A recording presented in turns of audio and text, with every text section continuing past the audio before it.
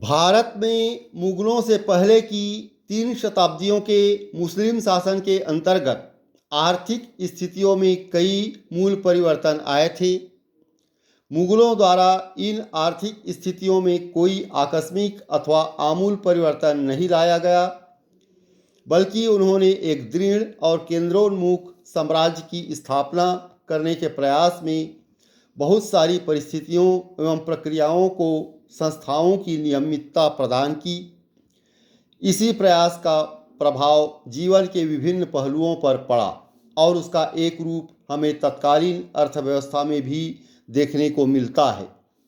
इस समय की आर्थिक व्यवस्था की प्रमुख विशेषता यह थी कि समाज के बहुत प्रकार के आर्थिक स्वार्थ अपनी आय के लिए कृषि उत्पादन में एक हिस्से के हकदार थे। इनमें समाज के बिल्कुल ऊपरले स्तर से लेकर एकदम निचले स्तर तक के व्यक्ति शामिल थे। इस प्रकार दरबार के प्रमुख राजा और अमीर, छोटे बड़े जमींदार, विभिन्न प्रकार के काश्तकार आदि सभी का प्रमुख आय स्रोत कृषि ही था। खेती की पैदावार का जो अधिशेष जोतने वाले से ले लिया जाता था, उसका बंटवारा मुख्य रूप से पादशाह, जमींदार और जागीरदार के बीच होता था। मुगल राजस्व व्यवस्था इस प्रक्रिया को ही सुगम एवं सुव्यवस्थित बनाने का एक प्रयास थी। इस समय की प्रशासन व्यवस्था में सरकार द्वारा जजिया, जकात, खम्स आदि कई केंद्रीय कर लगाए जाते थे, परंतु इन सब में सर्वप्रमुख था भूमि कर अथवा खराज, जो कि राज्य को उसकी आय का एक बहुत बड़ा भाग उपलब्ध कराता था। अतः यह स्वाभाविक ही था कि मध्यकालीन भारत में खराज भूमि पर लागू नहीं होता था, वरन उस भूमि से प्राप्त उपज पर लगाया हुआ कर होता था। भूमि कर के बंटवारे के आधार पर पूरे साम्राज्य के क्षेत्र के दो मुख्य विभाजन किए जा सकते हैं। पहला खालसा भूमि, जिससे प्राप्त आमदनी सीधे ही शाही कोषागार में जाती थी। इसमें से राजा का व्यक्तिगत खर्च, राजसी परिवार, राजा के अंगरक्षक व निजी सैनिक, युद्ध की तैयारी आदि का खर्चा निकाला जाता था। दूसरा जागीर भूमि, जिसमें से राज्य के प्रमुख सेवकों को उनकी तनख्वाह के बदले जागीरें दी जाती थी। जागीरें देना पूरी तरह से पातशाह के हाथ में था और वह किसी भी समय उनको बदल सकता था। मुगल काल में जागीरों को हस्तांतरण एक आम प्रक्रिया बन गई थी। ऐसे हस्तांतरणों के समय यह भूमि केंद्र की देखरेख में रहती थी और इसे पैबाकी कहा जाता था। कुछ कर्मचारियों को जब उनके बंधे कार्यों के अतिरिक्त कुछ अन्य कार्य सौंपे जाते थे, तो उन्हें पारितोषिक स्वरूप कुछ जमीन दी जाती थी, जिस पर लागू कर को वे वसूल सकते थे। ऐसी भूमि भी पैबाकी के अंतर्गत आती थी। काम खत्म होने पर उस व्यक्ति का उस पर से अधिकार भी खत्म हो जाता था।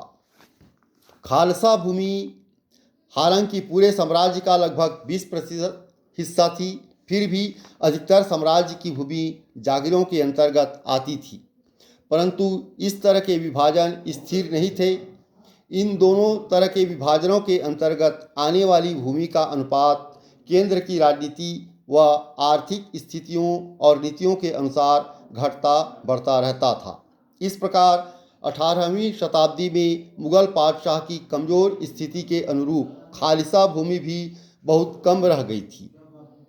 उपर्युक्त दो मुख्य विभाजनों के अतिरिक्त कुछ ऐसे क्षेत्र भी थे जो कि मदद ए माश, मिल्क अथवा सुयुर्गल अनुदानों के रूप में दिए जाते थे।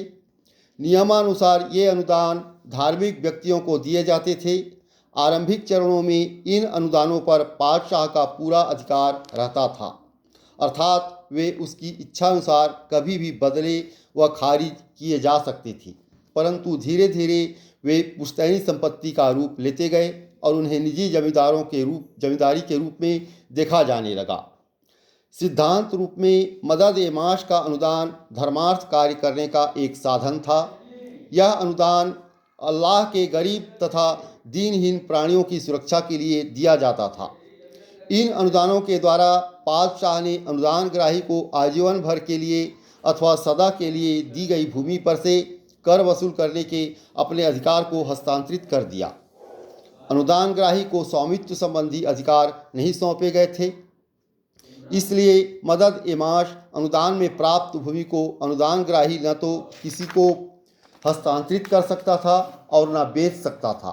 मदद ए माश अनुदानों का मुख्य उद्देश्य कुछ खास वर्ग के लोगों को आजीविका मुहैया करवाना था। इसलिए इन अनुदानों के बदले में कोई भी सेवा अनिवार्यतः लागू नहीं की गई थी, लेकिन जजों, काजियों अथवा कातिबों को कुछ विशिष्ट अनुदान दिए जाते थे और यह इस बात पर निर्भर करता था कि वे राज्य की कितनी सेवा करते हैं या राज्य के लिए कितने उपयोगी हैं। आईने अकबरी में दिए विवरण के अनुसार यह पद्धति आम प्रचलन में थी कि मदद ए माश अनुदान में दी जाने वाली भूमि में आधी भूमि ऐसी होती थी जो पहले से ही जोती जा चुकी हो और शेष आधी भूमि बंजर होती थी। अनुदानग्राही की यह जिम्मेदारी होती थी कि वह बंजर भूमि को खेती योग्य बनाएं। सरकारी नीति के अनुसार इन अनुदानों में प्रायः ऐसी भूमि दी जाती थी जो या तो अनुत्पादक पड़ी हो या जिस पर खेती न की जा रही हो। अनुदान प्राप्त व्यक्ति से यह आशा की जाती थी कि वह उसे उत्पादन योग्य बनाकर उस पर खेती कर सकेगा। ऐसे अनुदान अधिकतर कर मुक्त होते थे। अनुदान प्राप्त व्यक्ति उस भूमि पर खेती करने के लिए दूसरे कृषकों को पट्टे पर भी दे सकता था।